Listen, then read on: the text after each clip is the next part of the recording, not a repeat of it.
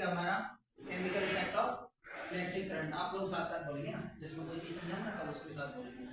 Chemical effect of electric current. तो इसे एक डायग्राम के थ्रू समझते हैं कि जब दो इलेक्ट्रोड्स को किसी डिस्कार्डेड सेल से हम दो इलेक्ट्रोड लें और उन दोनों इलेक्ट्रोड को एक सॉल्यूशन तैयार करें जिसमें हम वाटर ऐड करेंगे। एक कप ऑफ जो कप आता है छोटा वाला, उसको अगर हम पानी लें और उस पानी के अंदर उन दोनों इलेक्ट्रोड को डुबो दिया जाए, लेकिन उतना डुबोएं केवल कि जो मेटल कैप है उन इलेक्ट्रोड्स की, वो मेटल कैप कहां पर रहेगी, वो पानी से थोड़ी सी ऊपर रहेगी। कारण क्या है, क्योंकि अगर हम उसमें से करंट पास करेंगे तो वो जो पूरा पानी है उसमें फिर करंट जो वो नीचे उतर जाएगा। तो मेटल कैप हमने क्या करनी है, थोड़ी सी स्लाइटली अबव रखनी, किससे, जो वाटर लेवल है पानी का उससे थोड़ा सा हमने उनको क्या करना है, ऊपर रखना है। फिर उसके बाद दोनों इलेक्ट्रोडों को किससे जोड़ा जाएगा, ये जो आपने वायर दिख रही सामने, ये बेटा कॉपर वायर है दोनों के दोनों। तो दोनों को कॉपर वायर से दोनों एंड को जोड़ेंगे। एक एंड जो है वायर का वो positive end of the terminal, जो बैटरी का पॉजिटिव टर्मिनल है उससे उसको ज्वाइन करेंगे, और जो दूसरे वाला टर्मिनल है ये वाला, उसे किससे जोड़ेंगे, negative end of the battery से जोड़ेंगे।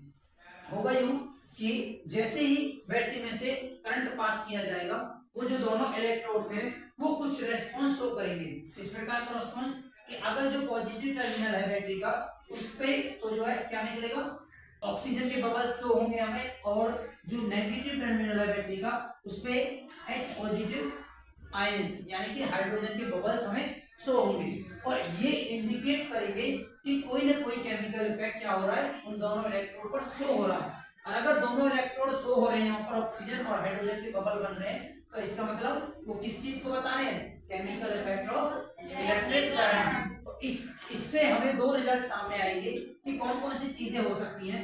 As we studied in the class 7 में हमने एक टॉपिक पढ़ा था जिसे बोलते हैं हम केमिकल चेंज।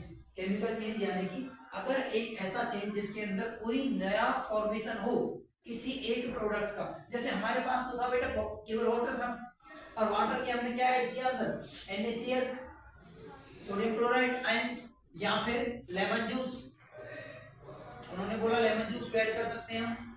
तो जैसे हमने NaCl इसमें ऐड किया तो आयंस जो थे वो टूटने शुरू हो गए, Na पॉजिटिव और Cl नेगेटिव अलग अलग हो गए दोनों के दोनों। तो उस केस में क्या हुआ, जो सॉल्यूशन था कलर वो क्या हो गया, इट माइट बी चेंज।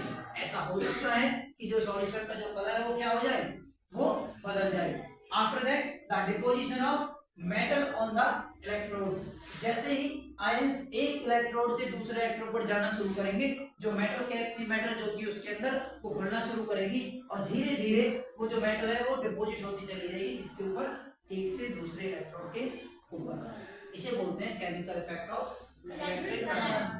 बहुत ज्यादा पूछा जाता है पेपर में, अगर आता है पेपर में तो 3 नंबर में आप डायग्राम से बताएंगे। अगर 1 नंबर पूछते हैं तो बीच बीच में से क्वेश्चन उठ सकते हैं कि कौन कौन से बबल्स बनते हैं, ऑक्सीजन के हाइड्रोजन के बबल बनते हैं, कौन कौन से चेंजेस आते हैं, सॉल्यूशन का कलर बदल जाता है, और यहाँ पे मेटल जो है डिपोजिट होनी शुरू हो जाती है।